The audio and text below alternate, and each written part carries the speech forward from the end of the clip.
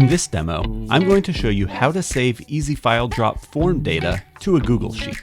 Let's get started. On my screen, you see a simple upload form that I've already created. I have a couple of form fields as well as a drop-down menu. In Easy File Drop, I'll navigate to the Edit section of that upload form. Over in the Upload Destination section, you'll see where I have my upload destination set. And under that, there's a toggle to save form data to a Google Sheet. I'll click that and then click Choose File. Here, I see the upload destination that I've already set for my form in Google Drive. Now I need to pick a Google Sheet that I want all of the form data saved to.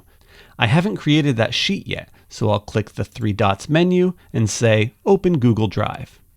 Here in Google Drive, I can go over to New and click Google Sheets to create a new Google Sheet. I'll give the sheet a name, and that's all I have to do. I don't need to add any information to the sheet. Easy File Drop will handle all of that for me. I'll navigate back to Easy File Drop, click the three dots menu, and say Refresh. Now I can see my sheet that I just created. I'll select it and click OK. I'll save my upload form, and that's all I have to do. I'll click Open My Form, and we can test it out. I'll fill out my information, select my team, drag my pictures to the upload form, and click Submit. Now that my upload is complete, I'll reopen the Google Sheet that we just made, and I can see all of my information has been neatly added and organized.